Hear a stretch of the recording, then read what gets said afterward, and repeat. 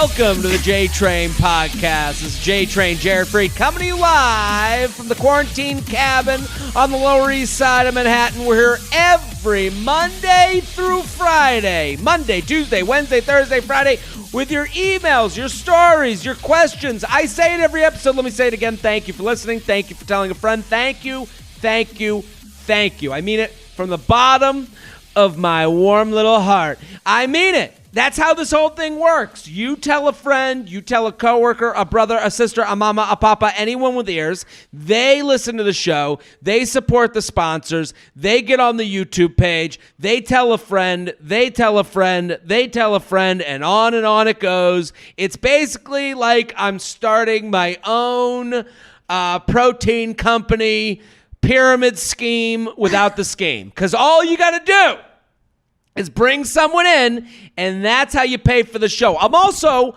putting up Instagram posts like crazy. I've really let go of all inhibition when it comes to Instagram. I'm posting daily, 3 times a day. I'm putting up videos from the podcast. So if you're a fan of the podcast or you like a certain segment from the show and I happen to post it on Instagram, tag a bitch. Tag anyone. Let them know. Because I get it. I get it. I get it. You try to tell them, oh, you should listen to this podcast, and immediately they go in fight mode. They turn into the mascot for the Notre Dame Fighting Irish. They're like, get away from me with your suggestions. I get it. They're like, I don't listen to podcasts. I'm not a podcast person. As if it's fucking Judaism or some shit. And I get it. It's a hard job I'm giving you. So all I'm asking for you is to bring the mouse to the cheese I'm leaving out. Because I'm leaving out cheese in the form of videos. I'm leaving out little pieces, little crumbs. And you bring your mousy friends and you tag them. I trust that this show is good enough that they'll eat it all up. That they'll go to the link in the bio. That they'll go to the podcast app. But don't push. Because if you push too hard, then it becomes, I get it. Someone's like, hey, you should watch Breaking Bad, and I watched the first episode and I was like, I'm not, I don't know, a little slow. And then everyone's like, oh, you hate Breaking Bad, you're a fucking piece of shit idiot. I was like, well, now I fucking hate that show because you guys push too hard. I get it. It happens. I'm very excited about today's guest. New to the podcast. I actually did her podcast before we went into quarantine zone. It feels like 100 years ago, but it really was recently. Amanda Hirsch, thank you for coming on. I should have brought a change of underwear because I forgot that you made me pee. You were on my podcast and we recapped the finale of The Bachelor and you did the Barb. Bring her home to us. So many times, and every single time I died, and then I listened to it and I died, and then everyone who listened died, and then I posted it 3,000 times, and it was just, I can't hear it any other way. I had such a fun time on your podcast. Tell everyone the name of your podcast right now. It's Not Skinny But Not Fat. It's the same as the Instagram. It's the Not Skinny But Not Fat Yeah, making podcast. It easy, like branding. You made it way easier than I did. Yeah, now that we're Zooming, I felt that your whole opening spiel was to me. Like, why? Bring your friends, your mouse, whatever. And you're hilarious. And I'm going to use that as my podcast intro. You should. For reviews and tagging. And whatever. Because so many of these podcasts, you hear the same old thing. Rate, review, subscribe, make it this, make it that. And that can get tiring. I get that. And I really, what we're asking for is, I think like you and I are on the same page where there's a currency that exists in the creator world that I'm trying to translate to people who deal with real money. You're being honest about it too. You're being honest. You're saying, follow me. You like my shit. Then do more than just lull behind a screen. Share it. Come to my shows. Help a girl out. We're not getting, diet tea, stomach fat ads. They wouldn't come to me. I wouldn't be a good person for them to go to. I'd be like, check out this diet tea. And everyone would be like, what? No, I don't think it's working, dude. I want everyone on that subject. Everyone needs to go follow Amanda. She's hilarious. She and I there's sometimes I go on other people's podcasts and I have an immediate kinship with people, and I felt that with you. I really enjoyed my time with you. It felt like we really were on the same page, and I appreciated your podcast. I was going to come to your show in April for real. I remember you were like, I have a show. I was like, I'm coming, and I planned on coming. I already lined up a first option and a second option person to come with me. And then it didn't happen. I know. Well, we'll be back in the fall to live shows. But I do. You and I are fans of The Bachelor and the franchise, and if you guys want to see some great Bachelorette commentary, you need to go follow Amanda right now at Not Skinny But Not Fat. At Not Skinny But Not Fat. That's also the name of the podcast. Go follow. And only I can call myself that. Okay, so don't. How did that account name come up? What brought you to that place? And I know exactly what you're saying right now. Like sometimes I'll make fun of myself, or I'll do a self-deprecating joke, and then people think that they can come in with their piece of shit mean thing to say on top of it. It's like, I just made the fucking joke. You don't need to do that. I named my account that so everyone can be like, no, but you're really, really skinny. That was the point, and it's not working. Under promise, over deliver. And then some people don't even know how to give a compliment. They'll go, no, you're not that fat. And you're like, okay, that's not a compliment. That's not. And then sometimes people come to shows and they'll go, you're actually funny. And it's like, that actually, it means I just now got a window into the conversation you had in the car. Like when you put actually in, that's you going, I know exactly you were like, well, he's okay on Instagram and he's probably not that funny. And then you get to the show, you're like, oh, you're actually now I know the shit talking section that happened. Yeah. I'll be honest. It started with, it won't sound believable to influencers today who start an Instagram with total vision and this is what I'm going to do and I'm going to grow followers. I actually started because I was like, oh, people post things they write on Instagram. That's cool. Yeah. I didn't know you could do that. I wasn't a Twitter person, and it grew kind of organically. And I was just writing things, and a lot of them were to do with weight, because literally weight can be so funny if you don't take it seriously. You can say, I feel so fat. I'm a giant, pig. I ate my whole house. So many people can relate to that. You know what I mean? Absolutely. And tag friends, and it becomes a thing. So I would say the name was kind of came to me. When you go to sleep and you're like, tomorrow I'm going to be vegan. I'm going to study French, and you wake up and you don't do it. Yeah. But this was one of those things. I went to sleep at night. I was like, oh, I'm going to start an Instagram, and I'll write the things that I think about, and I'm going to name it Not Skinny But Not Fat. And I did it. It was one of those things. And it became it was kind of literal, because I have been technically not skinny but not fat my whole life, and have struggled, thrived, whatever you want to call it, good stuff, bad stuff, sexy, in the middle, something to grab, having all those things. But then people started seeing it as I get what you mean. It's you're not here, you're not there, you're somewhere in the middle in everything in life. It doesn't have to be just weight. So I wrote on that. I was totally what I meant, Ride the wave, baby. But it is, I get it. And I also relate to it, where people are, they're not this, they're not that, they're somewhere in the middle. That's okay. I'm with you. Yeah. I'm with you. I mean, that's I think it is funny what you're saying. I see eye to eye from from your initial thing. I'm in the not skinny but not fat category.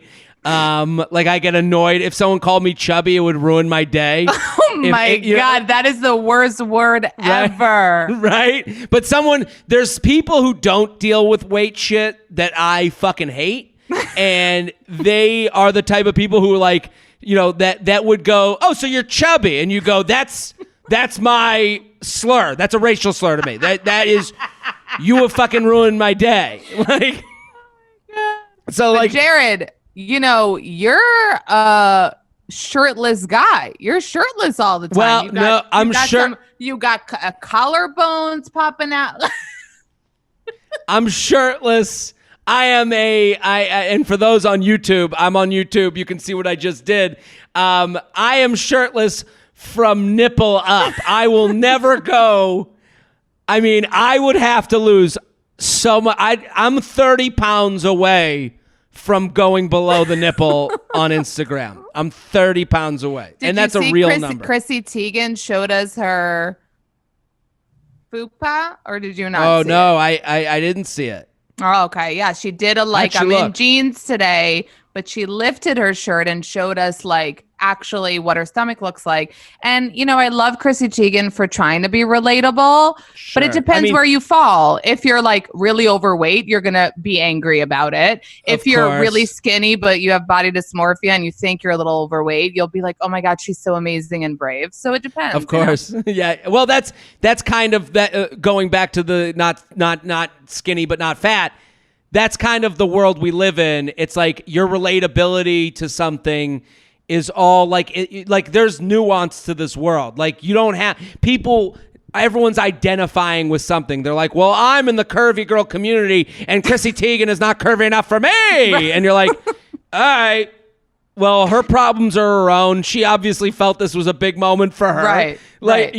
And also like Chrissy Teigen, her whole brand is, I'm the hot, relatable one. I'm the one on the red carpet, but I get you. Yeah. Like that's the whole brand. Which I'm getting kind of angry about in quarantine, I have to say. I used to be less angry about it. Sure. And quarantine me is like, fuck you. Because it's not relatable. I want your pool and your nannies and your help. And you can't, this is not the time.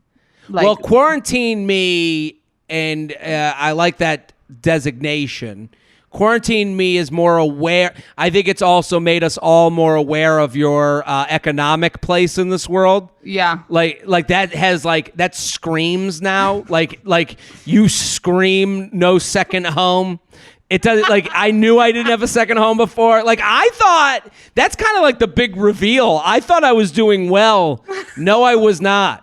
Not that well. I didn't know how well people were doing until the quarantine. Like you had friends. I would watch these Instagram people that I was like, oh, they're in the apartment that I'm in. And then they'd be like, they're like, hey, man, this pandemic is going to be tough. Ta-ta! And then they're on a jet, they're on the jet runway climbing up bye-bye, everybody. And I'm like, wait, you had a jet the whole time? You had a yacht? What? But it's also bringing out who people are. We're wait, you're an idiot. You're getting to know so many sides of, I'm thinking of celebrities because I don't really care about regular people. But well, it's you realize who's aware and who's not. Right. Awareness is so kind of a slippery slope. It's a tight wire act. You have to you and I are sitting here going, yeah, quarantine me, but we also both know we have it pretty good. Right. We both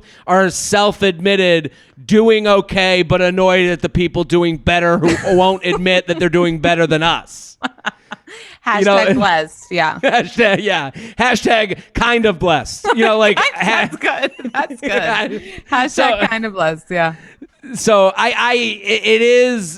it's an interesting thing. I don't even know how we got here, but I wanted to get your opinion because we both love the Bachelor franchise. Are you watching Listen to Your Heart? No?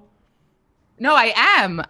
Okay. What do you think? I'm in. I'm the only reason I'm doing it is because quarantine me is into Listen to Their Heart.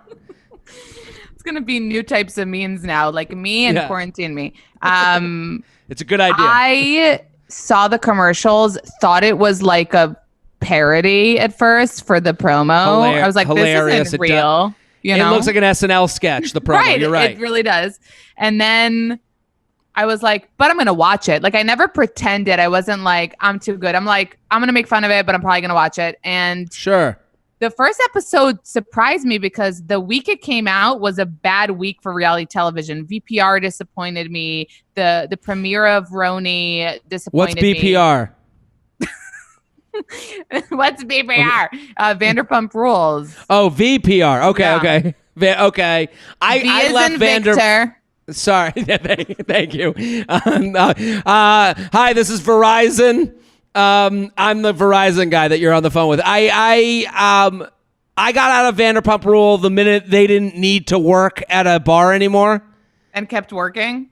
And kept working. Yeah, the minute that became a play, kind of. Like, it's just like, yeah, it makes this sense. is what it's like to wait. And it's like, no, you don't have to be a bartender anymore. I can see that, but I'm a loyal bee. You know what I mean? Sure. So I'll complain like, oh my God, obviously it was so much better when they were actually, living in shitty apartments, actually having to be waitresses, whatever. So it was a bad week for reality television. And I came into this with low expectations and I was like, okay. Like, I feel like the first episode was good. So I'm again, under offer, over deliver, under promise, over deliver. I don't think they ever said this is going to like break ground. They basically were like, this is The Bachelor with American Idol is what I kind of assumed it would be, but they also didn't explain what it would be. Yeah. So they're like, we really like the Lady Gaga movie. What? How dumb was that? You know the movie where the guy kills himself at the end? We want to do that. And it's like, what? That Also, was their opening line of the show. Also, it didn't like just come out. This isn't like perfect timing. The movie came out like 2 years ago. So it was like, well, no, not just that movie, but it was a remake of a movie that was out 40 years ago. I posted one of my commentaries was like, oh, this is the guy. We love the movie about the guy killing himself. So we wanted to make that. And I made fun of that. And someone was like, spoiler alert. And I was like, yeah, you had 40 years. Yeah, I think I'm okay with fucking up the movie for you. You have a relationship with spoilers. You like have a thing. You don't like to be accused of them. You don't do them. I don't like when people come to me with them. Like, so like, hey, like when people follow me and they go, did you see this news? And it's like the winner of The Bachelorette. I'm like, what the fuck? I'm trying to watch this thing. And it's like, we're not friends. You follow me. I appreciate that. But that's not how this relationship works. It's a one-way relationship. I yell, you receive, you like. Wait, so listen to your heart. The last episode, I don't know. What was that last episode? It was kind of hard for me. It was a struggle. I was like, I'm getting through this for some greater good. I'm not sure. I don't know. How did you yell about that whole episode? I feel like I didn't really have. Well, once they got to the music parts, it becomes making fun of the judges, I guess. Like Jason Mraz looked like he dressed up as Jason Mraz. Like it was actually like insane. Like we all know Jason Mraz as the hat guy, right. And then he's wearing this hat and like taking it seriously. And Kesha, her face, like, oh my God. Kesha, her face, yeah. I thought she was Australian. Is she not? She's not. She's not. I think she moved to Australia to become a musician. Like, you know how all people do. Like, and then from New York, she moved from New York to Australia. Yeah. She's like, I got to make it somewhere. And then I'll go to Sydney. And then JoJo, like I was happy to see JoJo because she's so great. I know you love JoJo. I love JoJo. I'm such a fan of hers. I think she's gorgeous. I'm like the ground she walks on, I would kiss. But then you remember, you're like, oh, and now I gotta listen to Jordan Palmer or Jordan Rogers, whatever. And you're like, Jordan Rogers is wearing like I don't even know what he was wearing. That one dangling chain like a from pocket his thing. It was like a pocket chain, but I don't know. I like the storyline that they have going of Julia and Brandon and Savannah and Sheridan. Like Sheridan to me, and if you don't watch the show, Sheridan is this like long-haired, kind of like nerdy dude who is into this Julia girl and just like cool with being in the friend zone. Cool. I mean, he's coming out kind of pathetico, which is like really pathetic, like a turn off. Like if he ever had a chance, I feel like him being like so accepting that she's like so blatantly not into him and so blatantly he's the second choice is like, get a fucking ego. Like when I was watching the episode, I don't know why, but I had this hope that he wouldn't give her the rose, like the second episode. I was hoping that he would give the rose to like Mel, who was so in love with Brandon. How funny was that? Finally, a girl from Brooklyn. You know, they never bring New York people. And she's like, if Brandon chose me, I'd spend the rest of my life. And like, I'm like, this isn't Brad Pitt, Mel. Yeah, like, what's happening to you?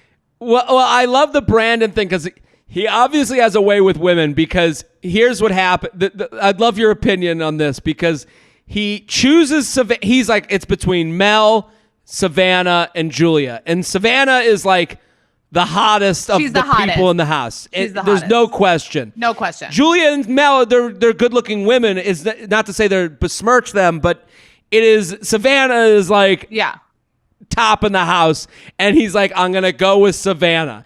He chooses the hot one, and then Julia gets the rose from Sheridan, who she has already told, hey, I got a thing going on with Brandon. And then she gets dumped.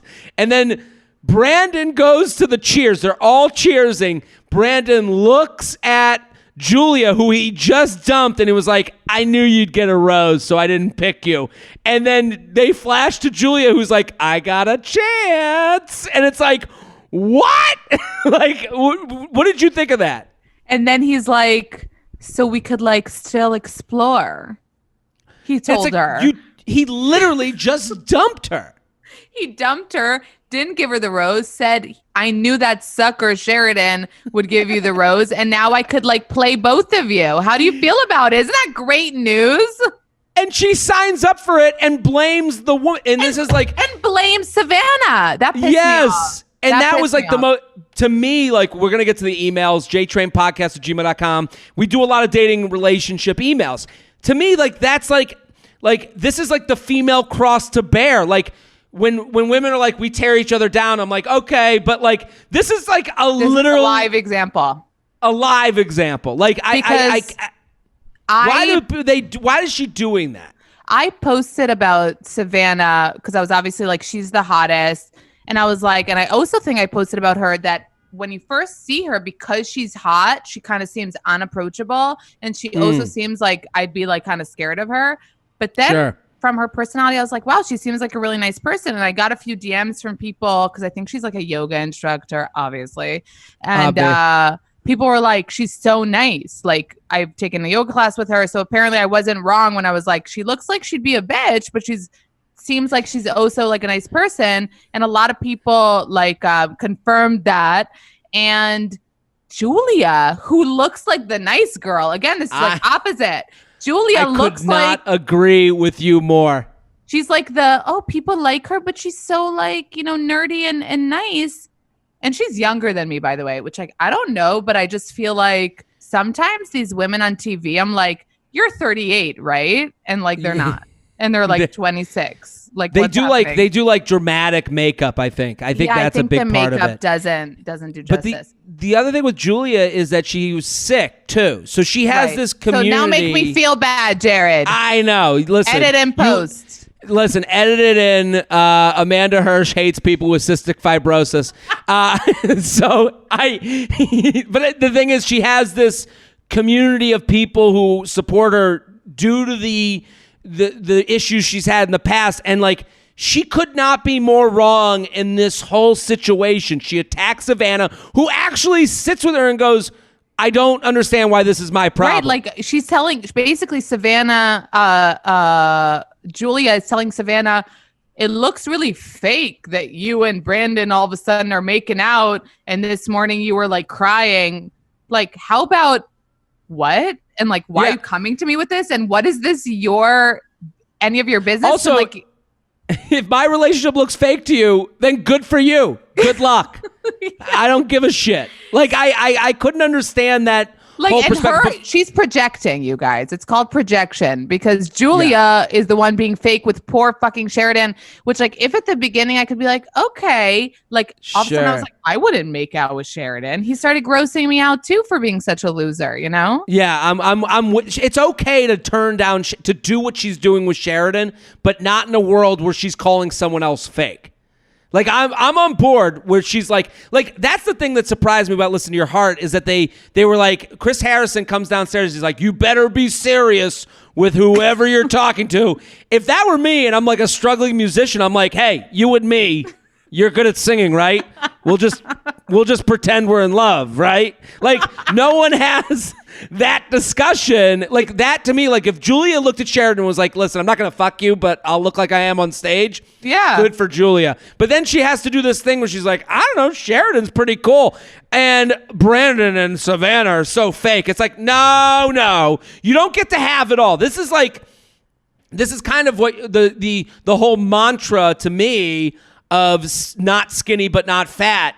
There's this world on the internet, and I think that's what people are probably projecting onto your account, that, like, which I think is great, is that, like, there's this world on the internet is that everyone is either I do juicing every day and everything's perfect and life is the best it's ever been. And then there's another world that's like, everything's going to hell. Everything's going to die. And it's like, Julia's trying to be, both of those things. Yeah. And it's like, you can't. And especially, you have to be in the middle. If she was like a bitchy persona and, like, she was it's fake. But it's like, she doesn't look bitchy. No. She'd be better off playing like the nice girl. And it just all kind of doesn't work. But I get the love triangle, but again, it's very like, and that's what made Savannah so real, because Savannah was the one hysterically crying when she realized that he said that thing to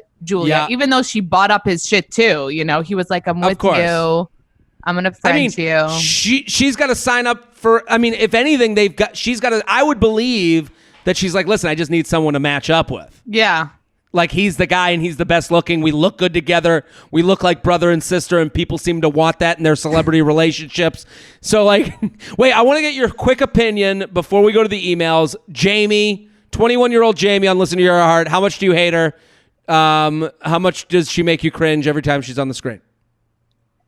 I actually don't hate her. That's weird. Oh, okay. Wait, so no, the feeling of hate. Obviously, I'm like, what the fuck? I don't hate her. Hate is a strong word. It's not. I use it. There are people that make my body not feel well. And she, first of all, the mantra of Bachelor World where 20-year-olds are like, I've been cheated on my whole life and I've never found anyone. I was like, what was your life up till now? Like, I don't believe that. And that's where awareness comes in. I think she lacks all awareness. I made fun of her because I'm like, she's 21, and when she cries about being cheated on her whole life, I'm thinking the same exact thing as you, and I'm like, okay, go back. And then I like made some jokes about her. Like, I love that she's matched up with the guy who needs this the most.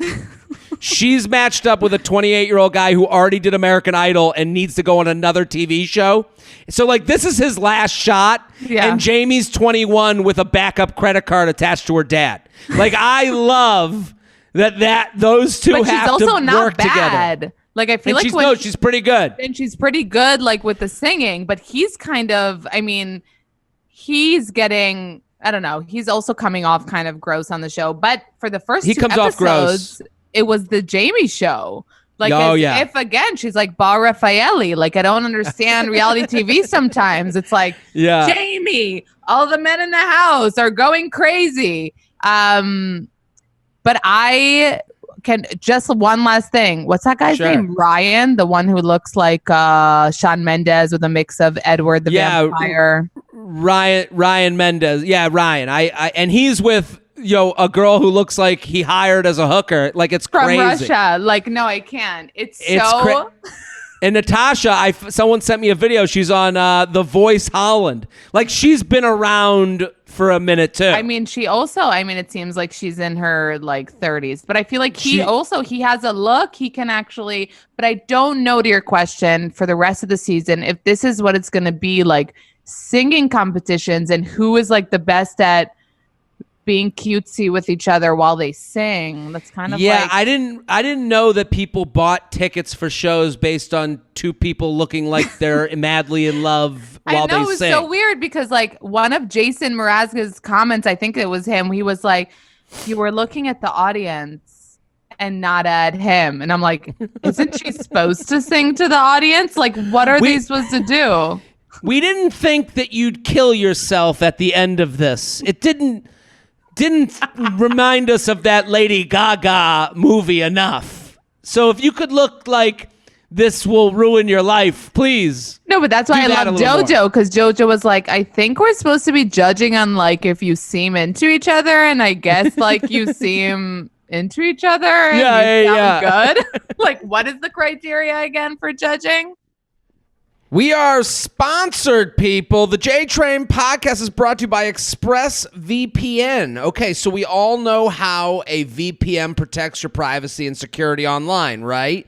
But now that we're all stuck at home, ExpressVPN has taken my TV watching game to the next level.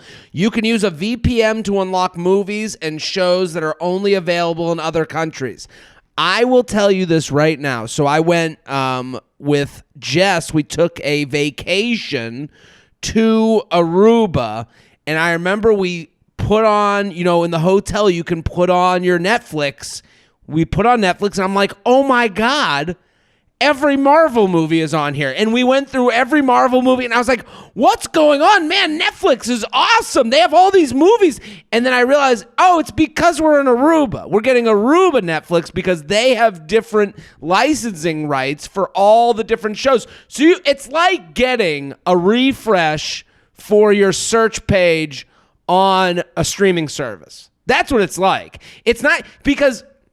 The reason isn't because, you'll get this one movie. It's because you get to look at that page with new eyes. That's the beauty of it. And you can binge like Doctor Who on UK Netflix, and and you can get anime and to get Japanese Netflix. I'm just saying, so much of your Netflix or streaming service experience is dependent on that front page and you starting a show, not. And if you're looking at the same page, you always start the same shows and then not watch it. So ExpressVPN is a great way to refresh your entertainment habits. It's also compatible with all your devices, phones, media consoles, smart TVs, and more. So you can watch what you want on the go or on the big screen wherever you are. If you visit my special link right now, expressvpn.com/JTrain. Let me say it again.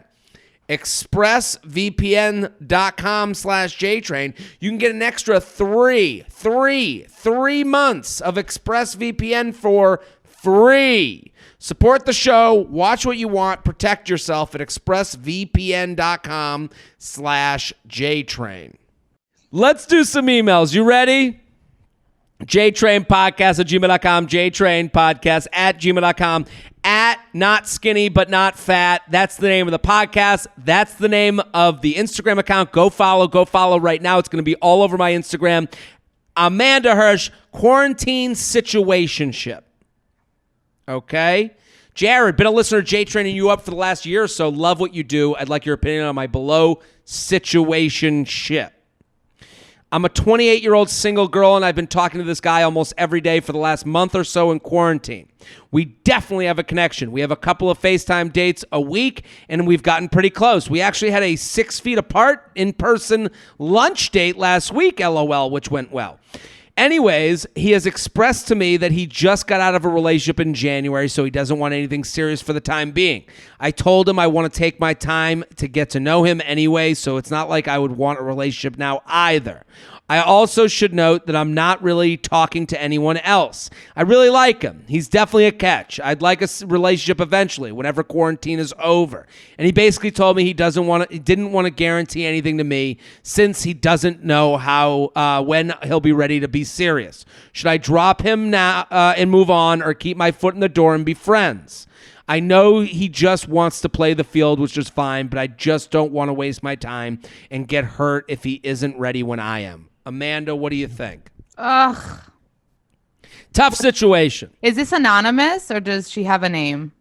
I always leave that stuff out just for the, to protect the innocent. No, I get it. I just felt like I wanted to talk to my friend, but this is what I think.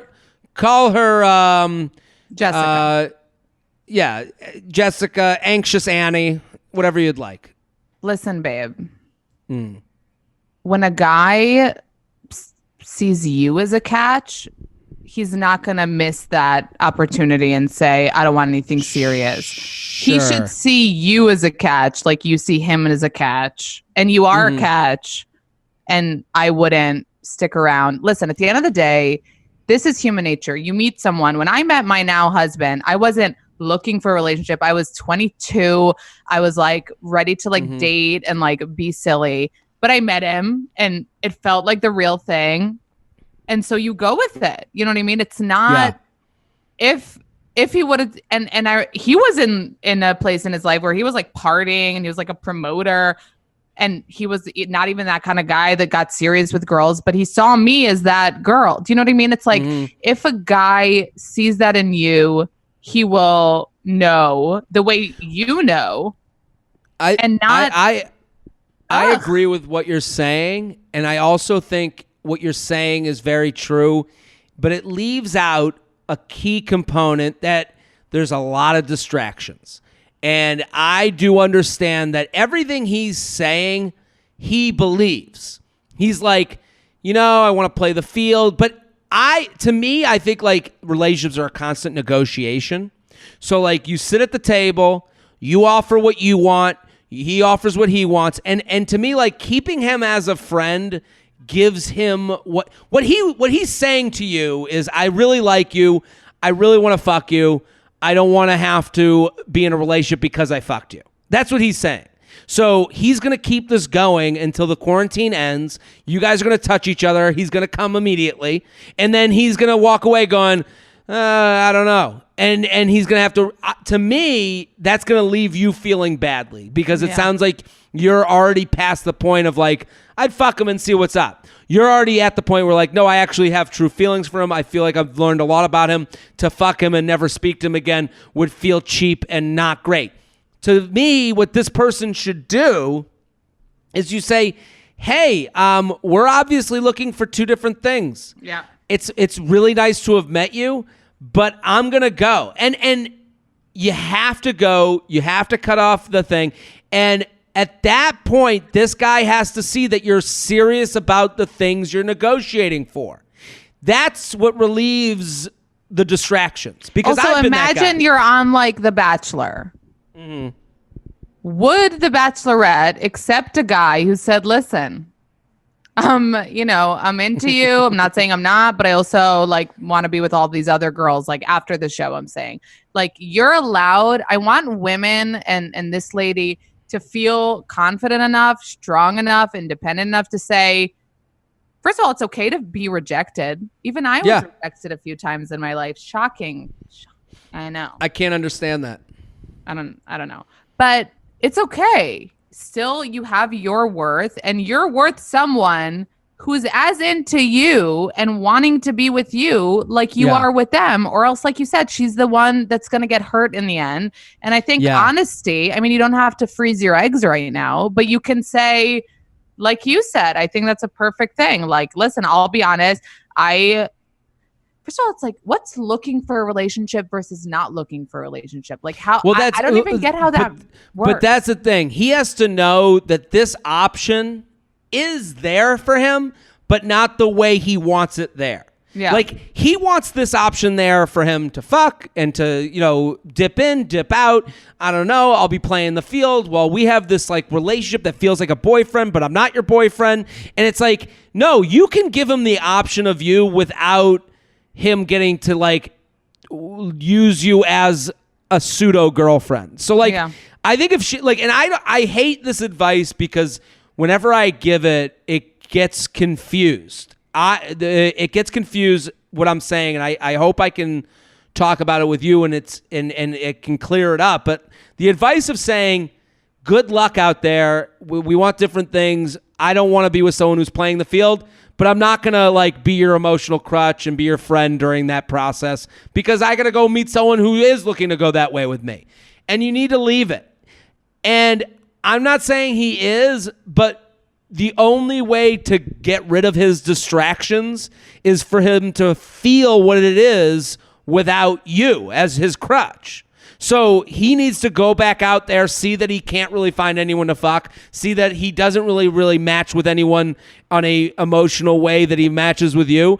And then he needs to say, hey, I was thinking I do want to date you. And then he needs to date you. He needs to take you out. He needs to fight for you a little bit. He needs to make an effort that isn't on the phone. But it's like, it never happens if you stay in it. You need to leave the place. Right, because what she's saying is, should I go along with it and hope that he changes his mind? It's never going to happen. Yeah. Because you're giving him what he needs. Right. And what he needs is knowing someone out there is there for him if he can't find this ghost. And bottom line, if he feels confident enough to say, I don't want this, you should feel confident enough to say, but I do. Yeah. We are sponsored, people. Noom. The J-Train podcast is brought to you by Noom. Getting in shape isn't just about losing weight. It's about learning healthier habits and feeling better about yourself. Maybe it's getting into your goal genes, having more stamina, or just treating yourself better.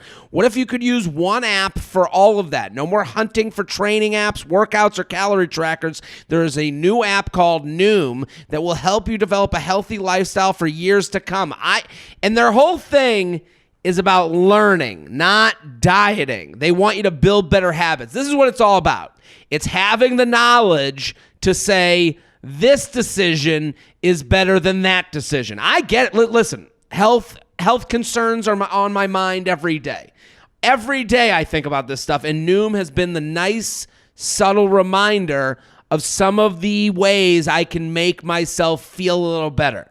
And I think for all of us, this is just a nice little ping in your side, because if you do if you have the notifications up, Noom is always on there, just giving you a little piece of information that makes it so you will be a little bit healthier, a little bit smarter, and that's where health really comes in. It's not about, we want to enjoy life, we want to enjoy the foods we want, but we also don't want to be gratuitous. You want to be able to be, I think the word I'm looking for is calculated. Like, you don't want to just go through the maze at any length. You want to go through just easily, nicely, without having, you want little shortcuts wherever you can get it. If you're going to have bacon in the morning, how can I make sure I'm better at night? Those are the little things. And I think Noom is a great way to have it on your mind because it's based on psychology. The way you think about food is important. You can learn through personalized courses how you can replace your old habits with healthier ones. No food is good or bad. Noom teaches you moderation. This is the big key. And I'm working on this myself. I'm using Noom along with working out, and I'm feeling it. I'm feeling like it's getting me to a place where I'm happier. At Noom, small steps lead to big progress. Sign up for your trial today at Noom, Noom.com/JTrain. What do you have to lose? Visit Noom.com/JTrain to start your trial today. Again, that's Noom.com/JTrain and start losing weight for good. JTrainPodcast@gmail.com. JTrainPodcast@gmail.com. Here with Amanda Hirsch at Not Skinny But Not Fat. Go follow. Now. Let's do this one. Quarantine communication quarrel. Okay. Oh, these are subjects. They're so good at subjects, your people. We have the most thought out emails. This is a little long, so I'm get ready. Okay. I've been dating a guy for about 3 months. 1 month pre-quarantine, 2 months in quarantine. I know this may be frowned upon, but we've been hanging out in person at least once a week, despite stay-at-home orders. I recently told him it's funny that this is again, I'm going to go back to the theme of your account that I love so much. Not skinny, but not fat. I'm not going to sit here and be like, oh, once a week. It's like, I get it. Like you got in a car, you did your best. Life has to go on, Yeah, no judgment.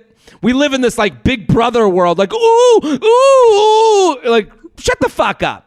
I recently told him last week that I wanted more communication from him since the only real conversation we have are when we are together on the weekends. We both are not that great at texting, which is fine for me, but I recently brought up wanting to FaceTime or talk on the phone at least once a week during the week.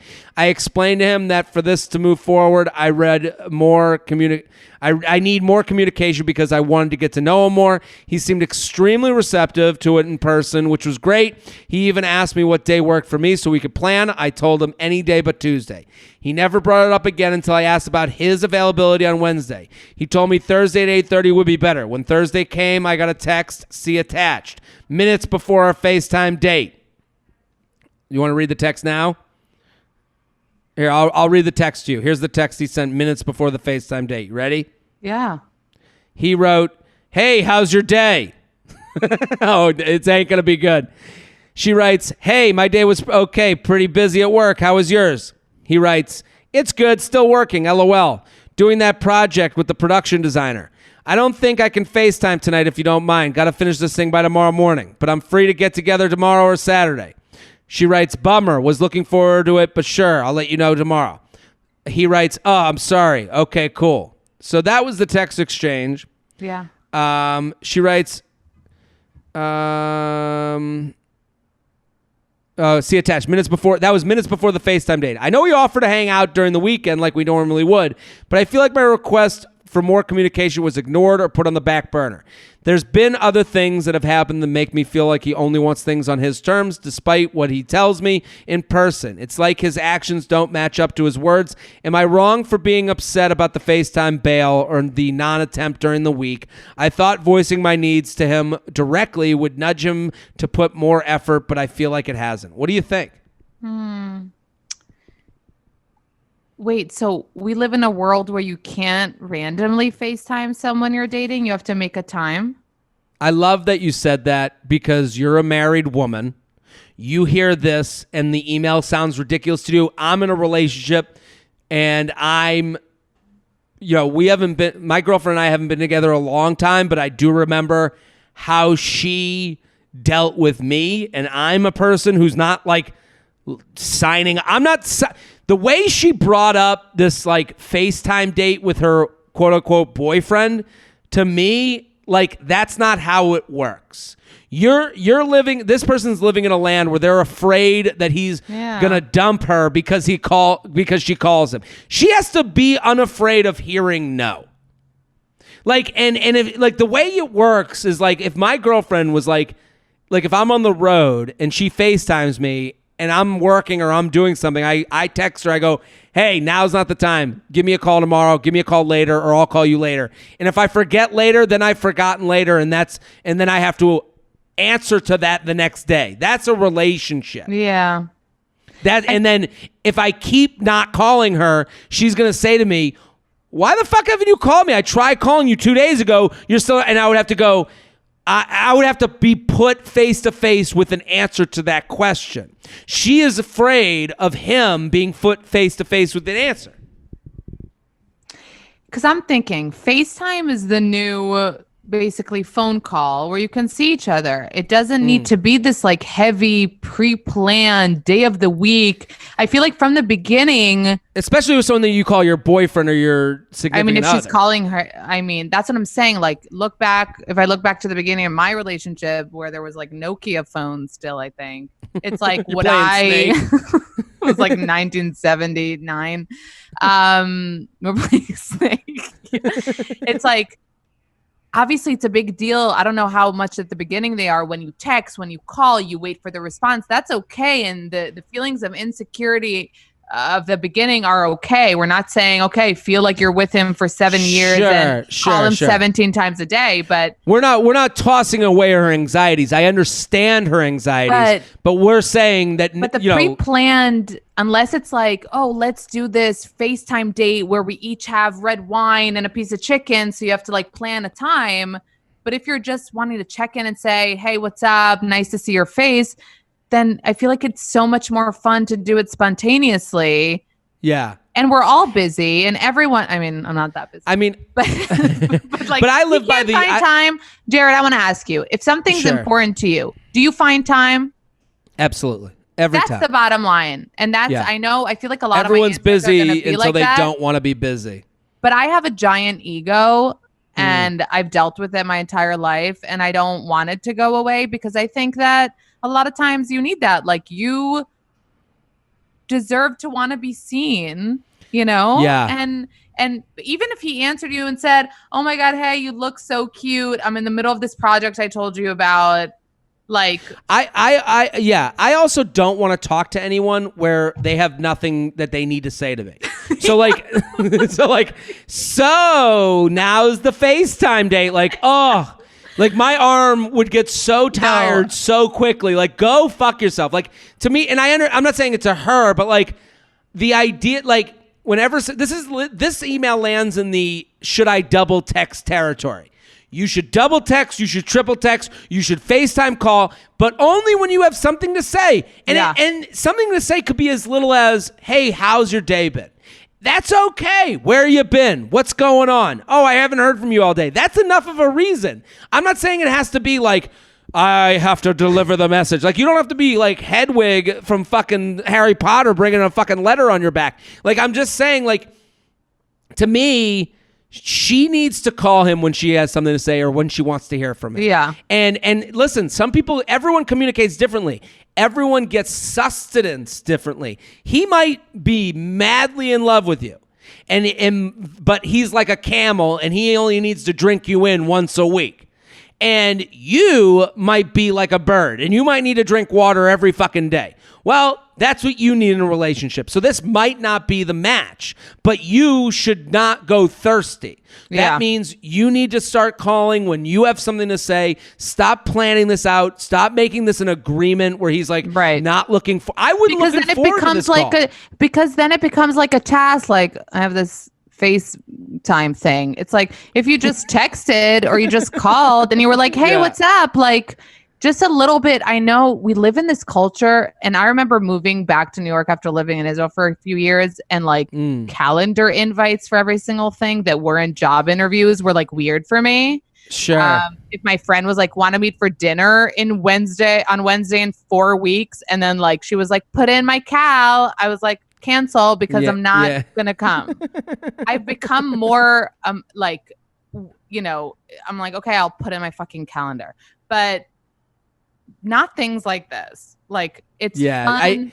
Text him. This should be fun. You're making yourself an obligation when that's not how it should be. You're not going to get that text being like, hey, I can't make 7. You're going to get like, oh, I can't talk right now. I'll call you back, and then he does or he doesn't. And then the fight is about a different thing. You're making it about, well, he's not giving me no. You haven't. Guys don't deal well with vague. I need more attention. Okay, I don't even know what the fuck that means. Right. Hey, you need to go, hey, I called you Thursday and then I didn't fucking hear from you again. If I'm dating someone, you call me back. I was told about men and women in relationships, and this is when one of my friends came out as gay, one of my girlfriends, and she said this as one of the like crazy things about dating women. She was like, men think in boxes. You need to give them the thing. Like you said, Thursday, 3 p.m. Why? A woman thinks in like webs. So if we said, I'm upset with you, about communication, it's like she'll put it together and she'll be like, okay, it's because of the Thursday at 3. No, men box. Tell them exactly. I just moved in with my girlfriend and we moved from I moved from my apartment down to her studio, and then we moved in the same building from her studio upstairs. So on the day of moving from her studio to upstairs, she's like getting everything together, and she's like, what do you think of this closet, and should I put things in here? And I'm like, I don't care. And she's like, and at the middle of the day, she's like, you haven't helped with anything. And I said to her, I go, I'm a donkey. Treat me like a donkey. What you want me to do? Bringing things up the mountain. I go, give me a task, I will fulfill it. But I'm not here with creative liberties. Like, I don't give a shit what closet we use for towels versus what closet we use for Swiffers. So like, and I remember she was like, okay, that closet, everything out upstairs. And then I'm like, good to go. I put my headphones on, listen to a podcast, got it done. And it's like exactly what you're talking about. Yeah. So you got to tell them. You got to tell them and don't, JTrainPodcast@gmail.com. JTrainPodcast@gmail.com. Amanda, let's do one more. You've been fantastic. Thank you so much. You just said you moved in with your girlfriend. I'm like, duh, look at your little rose tulips, right? The little mirror thingy bajingy. Of course. Oh, you don't think I take care of my plants? Let's do one more. JTrainPodcast@gmail.com. What do I do about about his ex? Are you ready? I'm ready. Wait, that's the subject. Okay. Yes. I'm 22. My boyfriend is 21. We're from the same hometown, went to different colleges. I've been dating for about 5 months. I'm graduating soon. We'll be working a full-time job in the city in the fall. My boyfriend still has another year of school. I love him so much. We did distance for a few months, and it went so well. I have confidence we will make it work again. However, I get nervous about the fall because his ex is in his friend group at school. I met her a couple of times. She was cordial to me, but something about her didn't strike me as genuine. They dated for 2 years from high school into college, and we're very serious. She broke up with him. He was really hurt, and then they got back together 5 months later, but only for 10 days. She initiated them getting back together. Pretty sure she ended it that time too, but I don't know. I know I should try and suck it up because she's in his friend group and he's assured me a couple of times that it is strictly platonic between them. I really don't want to take him away from his friend group. I don't know if I should suck it up and try to be friends with her too, or just wait till him and I have a few more months under our belts to see if that changes how I feel. What do you think? Wait, so the question is if she should wait to tell him how she feels about it? Or to get worried about it. Should she see what this dynamic is like? She's nervous about the fall. So the interesting part is that they all went to high school together. They're from the same hometown. Been dating 5 months, and him and his ex went to high school together. So they dated in high school. So I'm assuming they all went to high school together. Mm-hmm. So they all kind of know each other. So she's going to the city to work in the fall, and he's still in college. Still 1 year of college left, and he hangs out with his ex. I wonder where the college is, if it's far from the city. Yeah. Would that change things? I mean, it's a year. If the college is in New Jersey and she's going to see him once a weekend, I wonder where it is. But listen, I think, of course, bring it up. Of course, you can, express your concerns and be like, should I be worried about this? Like, it's a big thing anyway that like we're going to be long distance for longer. So again, don't be afraid to share how you feel. The problem she has is that the ex dumped him. Right. So it makes it like maybe he still secretly has a thing, and also when the ex said let's get back together, they got back together for 10 days and then she was like never mind, and then broke up with him. So everyone has that person in their life that has a certain pull on them, that the one and guys have this too. Like, women think women are the only ones with these issues. Guys have that girl that's like that the one that they think they can make it work and they never can. So the problem with her being like, because she says that they met and she was nice and cordial but didn't seem genuine. If she says that to him, there's a chance he goes, oh, really? So she's still thinking of me. You know what I mean? Like, you're almost like letting him know, like, that, like, giving him like the sixth sense that women have that men don't have. Like, you're almost like being like his, like, you know, guard But Jared, sniffing what dog. does it change it for her, for your, you know, listener that sent the question? Because the status quo is they go to the same school and they're or are in the same friend group. So the fact that if she's moving, it's like, how close are you to watch over them or not? There's nothing she can do. Right. Yeah, like it is. It's one of those situations where it's like, you have to really enjoy this guy. Like, you know, like these situations where she's like, he's going back to college. Like, to me, this relationship ain't happening. Like if she's going to realize she's going to go to the real world. And it's like, why do you need this guy that's in college? Why do you need him? Like, why are you even dating him? What does he give to you? We're breaking up with him now? I think I'd break up with him. Like he's in college. The divide between 21 and in college and 22 out of college is 7 years, not 6 months. It is 100 years. And I think like there's a certain point where, like, how many times are you going to see this guy? Like, are you really like getting out of this? If you were dating him since high school and you're high school sweethearts and you're together for 7 years, then it'll sustain. But if it's Different 5 months, right, you need to think about it. Is that the real issue? Like, you're afraid of the situation because of that girl? Like, I feel like the you know, when there's a graph and there's a variable, like, the only variable here is you're moving. But it shouldn't affect if they have nothing going on anyway and she doesn't want him anyway, you know, and he's into you, then it shouldn't change the situation. So maybe it's not the girl. Maybe you're afraid of the situation. Yeah, you're afraid of the situation that you're moving and he's staying in college rather than, and that girl is there. You know what I mean? I just have this assumption that anyone getting into a relationship within the last 5 months of graduating college, it's like running around the burning house looking for an oxygen mask. Like, you're just looking for someone to be a constant for you because you're afraid of the variables of the world. Like, you are looking to grab a crutch that you can have that can bring you back to college town because you don't know what real world land is going to be like, and you're afraid. So someone loving you is better than no one loving you at all. Like, that's my, like, when she's grabbing a boyfriend at the last second before the buzzer, I'm like, you know, are you just afraid of being alone? Is that why you're so afraid of the ex? Is that why you're, you know? And it's a really tough thing. That's what I think our agreement here is the ex isn't that big of a factor because she was always there. And like you said, people have that person in their life that has a pull on them. So the fact that you're moving to the city, you're starting a new life. He's going to be still in colleges, you know, doing keg stands. I feel like she is actually afraid of that situation and needs to assess that thing. Like, will the relationship even work when I'm here and he's there?